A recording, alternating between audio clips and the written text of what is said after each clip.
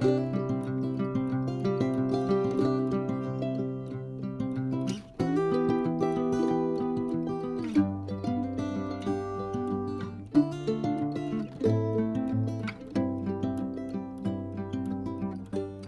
Matt Burningham with Royalhomesut, Utah, and we're here with Mitchell from the French Bakery and Juice Bar, and we'd like to get to know a little bit more about you. So, Mitch, do you go by Mitch or Mitchell? Both. Both? Yeah. Okay. So, Mitch, with your business here, how long have you been in business? Seems like you're fairly new to getting this restaurant going. Tell us a little bit about yourselves there. It seems fairly new, but we opened on the 17th of February, 2020. Okay. And 3 weeks after we opened, COVID came. Oh, wow. So we went 5 months where very few people knew we were here. We remained open, but we had no customers. So there just wasn't any customers out. And then from there, we just slowly built up, and now it's actually got a good following and doing well. Okay.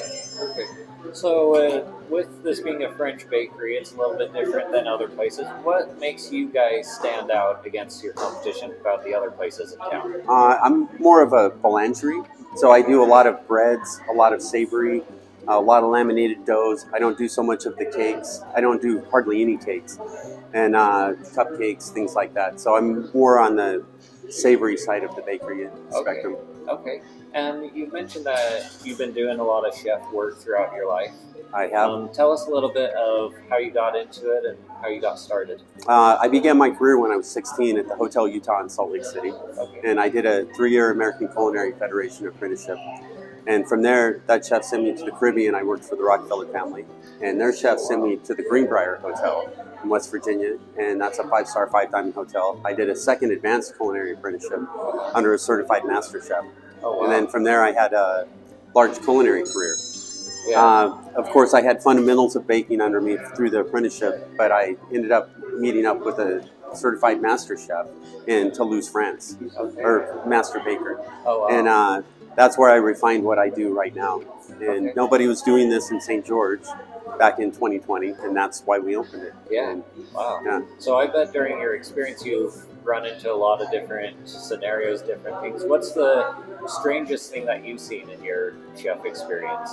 Actually, many things. I'm from Central Utah originally, so for me, everything that I was exposed to culinary-wise, I couldn't believe people were eating oysters and clams on the half shell. I couldn't believe it that they weren't cooked.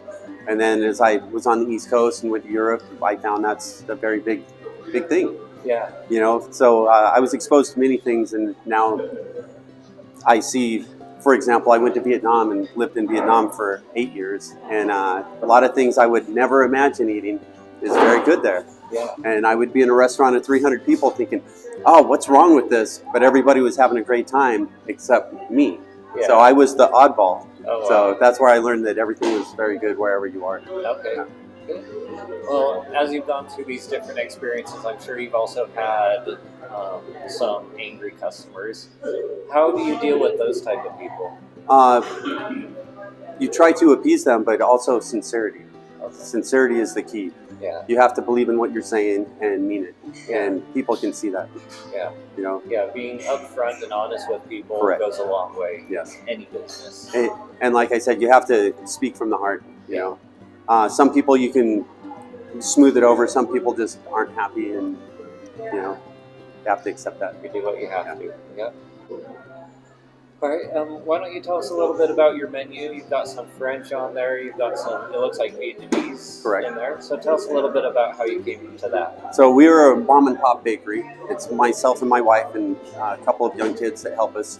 And my wife is Vietnamese, and Vietnamese is very heavily French influenced. It was a French colony for 150 years. So a lot of their stuff is actually French. Wow. And if you go back in time, Vietnam was the only Asian country that did baking.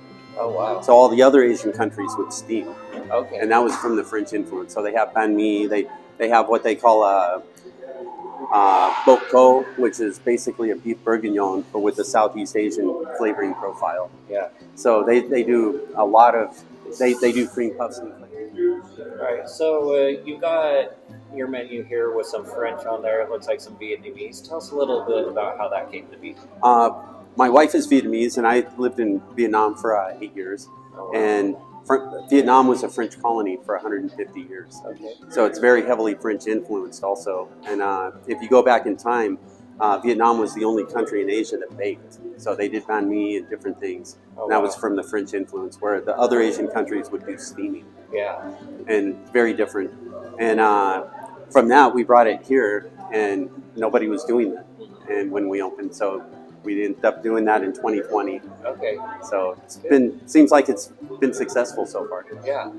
So as you opened up in 2020, there were obviously these different changes and stuff, and a lot of changes with the community. We're trying to build our community back again, right? Yeah. So how do you have any community involvement that you guys do, or how do you keep yourselves involved with the community there?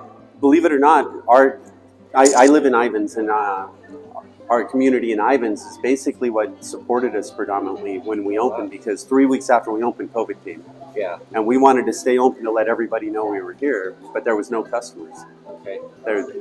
Texas Roadhouse had closed down, so the parking lot remained empty, and we would do about $30 to $50 a day. Oh, wow. And at the end of the day, I would call up our bishop, or I would call up the missionaries and ask them, hey, I got some leftover pastries. You want some? And they'd all be like, yeah, that sounds great. But then after about 3 months, you call them up and you're like, hey, I got some leftover pastries. You want? They'd be like, yeah, I guess. So Yeah. Oh, well, that's exciting. But after we were able to open up the dining rooms again and stuff, everything started picking up, and now it's working out very well. Okay, great. Well, we're glad to be here. Glad to get to know a little bit more about your French Vietnamese menu. Thank you. The French bakery and juice bar. So, once again, good to see you. Thank you very much. Yep, we have Mitchell with the French bakery and juice bar, and I'm Matt with Royalhomesut. So my name is Mitchell Sampson from the French Bakery, and our contact information is 435-619-2466, and our address is 2654 East Red Cliffs Drive, St. George, Utah, 84790. And you can go to our website, which is thefrenchbakerysg.com, and you can get a glimpse of what we're doing, and you can also Google us. Thank you very much.